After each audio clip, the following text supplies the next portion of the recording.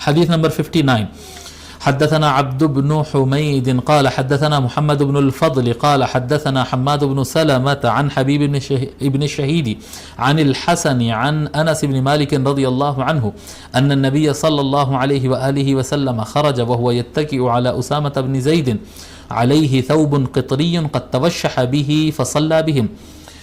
حضرت انس بن مالک رضی اللہ تعالیٰ روایت فرماتے ہیں کہ نبی اکرم صلی اللہ علیہ وآلہ وسلم اپنے مکان مبارک سے باہر تشریف لائے، حضرت اسامہ بن زید رضی اللہ تعالیٰ عنہ پر ٹیک لگا کر، یعنی حضرت اسامہ بن زید رضی اللہ تعالیٰ عنہ کے شولڈر پر ہاتھ رکھ کر ان پہ وزن ڈال کر اس طرح سے باہر تشریف لائے. قد توشح، ان پر ایک ثوب تھا، علیہ ثوب قطری، حضور صلی اللہ علیہ وآلہ وسلم کے اوپر ایک شال تھی جو قطر کی بنی ہوئی تھی. قطر آج کا جو قطر ہے، یہی دوحہ قطر جو کنٹری کہتے ہیں نا، اس زمانے میں اس کو قطر کہا جاتا تھا، آج قطر کہتے ہیں. تو قطر جو مقام تھا وہاں کا ایک انداز تھا، وہ لوگ کا شال بنانے کا ایک انداز تھا. تو کہتے ہیں کہ وہاں کی جو کیا کہتے ہیں، وہاں کی شال تھی، بتاتے ہیں کہ وہ ایک شال ہوتی تھی اور اس میں لال کلر کے ڈیزائنز وغیرہ اس میں ہوتے تھے. حضور صلی اللہ علیہ وآلہ وسلم وہ قطری شال اپنائے تھے اور وہ قد توشح بھی، وہ شال اپنے گلے میں ڈالے ہوئے تھے. یعنی یہ بیسک لباس نہیں تھا، آپ کا جبہ تھا، قمیض تھا یا حلہ تھا، تہبند اور شال الگ سے تھی جو جسم کو ڈھانپنے کے لیے، اس کے اوپر سے حضور صلی اللہ علیہ وآلہ وسلم قطری شال اپنے گلے میں ڈال لیے. توشح کہتے ہیں گلے میں ڈالتے اس طرح سے کہ شال سینے پر بھی کور کرتی ہے، سینے پر آ کر ڈھانپتی ہے دونوں طرف سے، رائٹ اور لیفٹ دونوں طرف سے.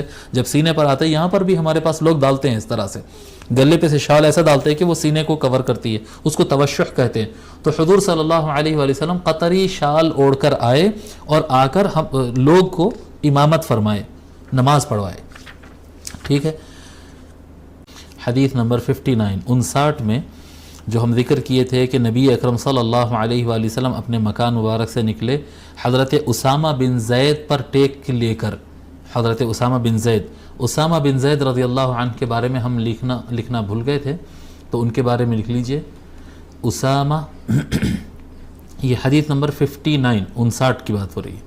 اسامہ بن زید بن حارثہ الکلبی، اسامہ بن زید بن حارثہ الکلبی. حضور اکرم صلی اللہ علیہ وآلہ وسلم حضرت اسامہ سے بہت زیادہ محبت کرتے تھے. آقا فرمائے ان اسامۃ بن زید لمن احب الناس الی، سب سے زیادہ جن لوگوں سے میں محبت کرتا ہوں ان میں سے اسامہ شامل ہے. حضور صلی اللہ علیہ وسلم اور صحابہ بھی ان کو حب رسول اللہ کہتے تھے، رسول اللہ کے محبوب کہتے تھے ان کو.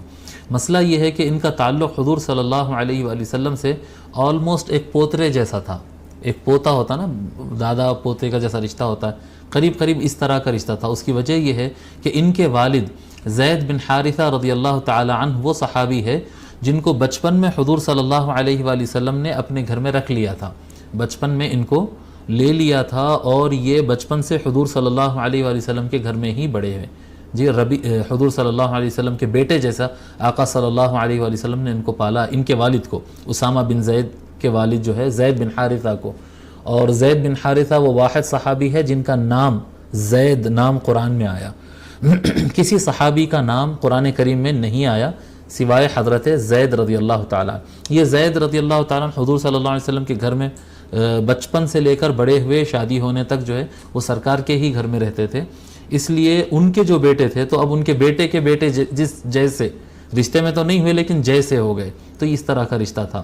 اور زید بن حارثہ ان کے والد بھی جو ہے بڑے کمانڈر تھے جنگوں کے اندر، اور ان کے شہید ہو جانے کے بعد حضور صلی اللہ علیہ وآلہ وسلم اپنے وصال سے پہلے حضرت اسامہ بن زید رضی اللہ تعالیٰ عنہ کو، جو کہ بالکل 17-18 سال کی عمر میں تھے، ان کو مسلمانوں کے بڑے لشکر کے کمانڈر بنائے تھے، کمانڈر ان چیف بنائے تھے. تو بڑی قائدانہ صلاحیت تھی اسامہ بن زید رضی اللہ تعالیٰ عنہ میں. اور آپ کا انتقال 54 ہجری کو ہوا. 54 ہجری، 54 کہتے ہیں، 54 کہتے ہیں.